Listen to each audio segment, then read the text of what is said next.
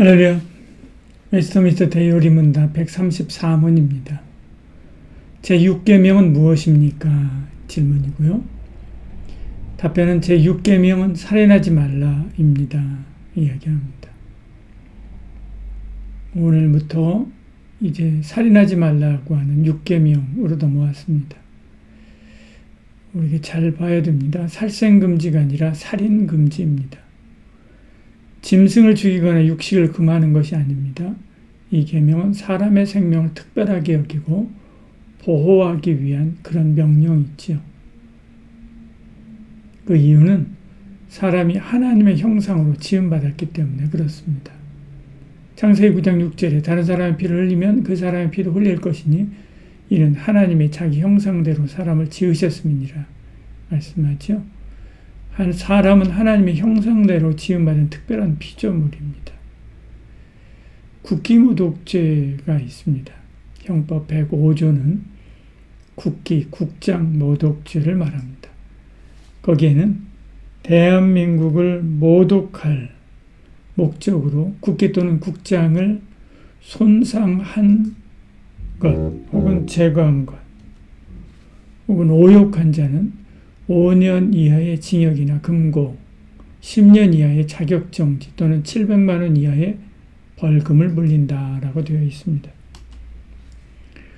국기가 얼마나 대단하다고 이렇게 법적으로 보호합니까? 국기가 곧 국가를 보여주는 것이기 때문에 그렇습니다. 국기를 모독하는 것은 곧 국가를 모독하는 것이기 때문에 그렇죠. 조선시대에는 왕이 신하들에게 이런저런 선물을 많이 했습니다. 무리인들에게는 사인검이라고 하는 검도 선물하고요. 또 술과 술잔을 하사하면서 좀 쉬면서 일하라 라고 말하기도 하고 부채도 선물하고 음식도 선물하고 이것저것 많이 했습니다. 그 선물을 받은 사람은 마치 왕을 대하듯이 선물을 소중하게 여겼지요. 받은 선물을 함부로 하다가는 그것을 주신 분을 모독하는 것으로 여기서 공경에 처해지기도 했습니다. 이처럼 사람은 하나님을 보여주는 특별한 피조물입니다. 그래서 우리가 사람을 대할 때 하나님을 대하듯 하고 섬겨야 되는 것이죠. 성경에 이런 말씀 많이 나옵니다. 아내들이야 자기 남편에게 복종하기를 죽게 하듯 하라. 기쁜 마음으로 섬기기를 죽게 하듯 하고 사람들에게 하듯 하지 말라.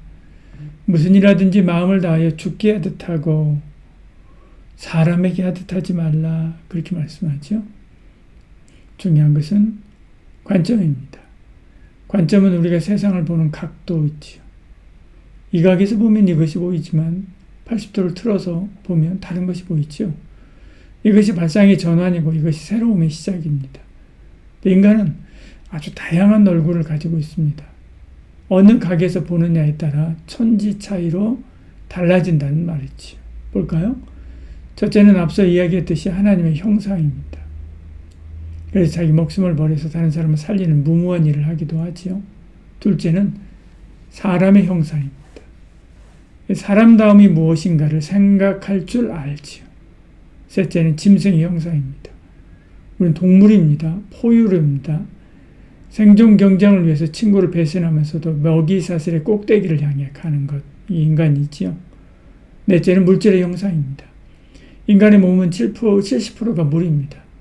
하루 노동력이 정해져 있죠. 재료비처럼 인건비에서 이렇게 환산됩니다. 사람이 사람을 볼 때 어떤 관점으로 보느냐가 중요한 것이지요. 물질로 본다면 사람을 두당 얼마 이렇게 말하고 그렇게 생각합니다.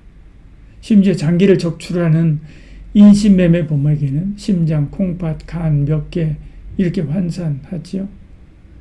그들은 사람이 돈 이상도 이하도 아닙니다. 사람을 짐승으로 본다면 사람을 경쟁시키지요. 지옥과 같은 과정을 거쳐서 사람을 뽑습니다. 학생들을 줄 세우기 경쟁시킨다 그렇게 하는데 확실히 효과가 있습니다. 경쟁력 있는 나라, 회사 만들 수 있죠. 그렇지만 95% 이상을 패배자로 만들어서 불행한 사회가 되게 합니다. 이것이 오늘 우리의 현실이지요. 사람을 사람으로 본다면 사람이 가장 우선이 있지요. 사람의 생명이 가장 귀합니다. 인권이 중요하고 쉼이 중요합니다. 홍익인간이 인류의 목표지요. 지금 우리 사회가 추구하고 나아가려는 방향입니다.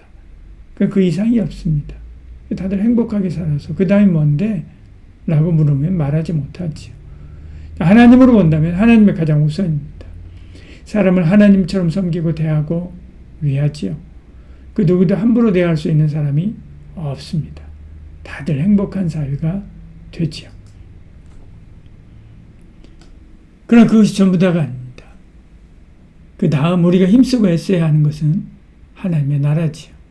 하나님이 내게 주신 달란트와 사명을 가지고 주의 영광을 위해 살다가 마지막 저 천국에서 영원토록 주를 높이는 행복한 삶을 사는 것입니다.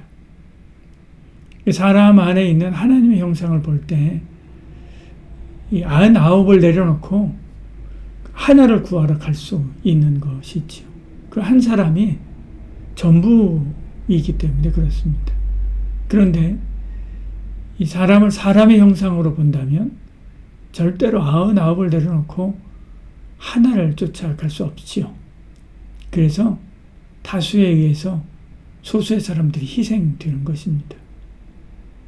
살인하지 말라라고 하는 것은요, 이렇듯 하나님의 형상으로 지음받은 사람을 하나님처럼 대하듯이 존귀하게 대하라라고 하는 말입니다.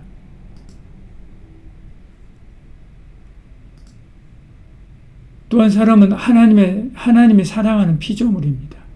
얼마나 사랑하는가? 외아들 독생자를 주면서까지 살리는 사랑이 있지요. 하나님이 세상을 이처럼 사랑하사 독생자를 주셨으니 이렇게 말씀하지요. 그런데 그를 빼앗으면 죽도록 분노할 것입니다. 21년 3월에 아들이 학교 폭력을 당해서 돌아오니까 아버지가 눈이 뒤집혀서 가해자를 찾아가서 흠씬 두들겨 팹니다.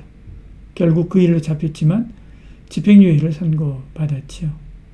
이러면 안 되지만 이것이 아버지의 마음입니다. 학폭 가해자들은 별거 아니네, 힘도 없는 애, 이상한 애 이렇게 알고 가해했을 것입니다. 그러나 아버지에게는 세상 전부이지요. 그러니 가만히 있지 않은 것입니다. 이와 같습니다. 우리가 생각하기에 별거 아닌 사람이라 할지라도 하나님은 그를 사랑합니다. 나를 사랑하듯이 그도 사랑합니다. 나를 위하듯이 그도 위합니다. 그를 사랑하는 것이 곧 하나님을 사랑하는 것이지요. 가난한 그를 돌보는 것이 하나님을 위하는 것입니다. 그래서 하나님은 구제를 하나님께 돈을 빌려주는 것과 같다라고 말씀했지요. 가난한 자를 불쌍히 여기는 것은 여호와께 구워드리는 것이니 그의 선행을 그에게 갚아주시리라 그렇게 말씀하지요. 살인이 아니라 반대로 사랑해야 되는 것이지요. 그것은 그만큼 하나님께 사랑받는 비결이기도 합니다. 하나님께 사람을 지으신 것은 사람과 함께 살아가며 살려는 꿈이 있어서 그랬습니다. 그런데 인간이 범죄하고 하나님을 떠나버림으로 꿈이 물거품처럼 사라진 듯 보였지요. 그러나 끈질긴 하나님은 포기하지 않고 인간의 몸을 입고 다시 찾아오셨습니다. 우리를 위해서 십자가에서 죽으시고 다시 살아나 구원을 이루셨지요. 그리고 마지막 날 다시 천국을 회복하고 거기서 우리와 함께 영원토록 행복하게 살기 원하십니다. 또 내가 새 하늘과 새 땅을 보니 처음과 처음 땅은 없어졌고 바다는 다시 있지 않더라 그렇게 말씀하죠. 그러면서 주의 백성들을 불러 모으고요. 그들과 함께 계시니 그들은 하나님의 백성이 되고 하나님은 친히 그들과 함께 계셔서 모든 눈물을 그 눈에서 닦아주시리니 이렇게 말씀합니다. 이것이 바로 천국이죠. 이것이 하나님의 꿈입니다. 저와 여러분 아니라 예수를 믿는 모든 이들을 불러 하나님의 나라, 영원한 나라를 세우는 것이 꿈이지요. 이 꿈은 죽은 후에만 이루어지는 것이 아닙니다. 우리가 사는 이 땅에서도 맛보아야 알아야 되는 것이지요. 네, 이 하나님의 꿈은 안중에도 없이 하나님의 백성을 짓밟고 죽인다면 하나님이 진노하실 것입니다. 우리가 이 땅에서도 서로 사랑하며 섬기며 세워가며 하나님께서 기뻐하시는 하나님의 나라를 세워가야 되는 것이지요. 하나님은 우리의 그런 삶을 전적으로 후원하실 것입니다. 기도하겠습니다. 주님, 오늘부터 살인하지 말라라고 하는 6계명을 나눕니다. 이 6계명을 배우는 동안에 서로 사랑하고 위하는 아름다운 공동체의 꿈을 가지는 저희가 되게 하여 주시옵소서. 예수님 이름으로 기도드리옵나이다. 아멘.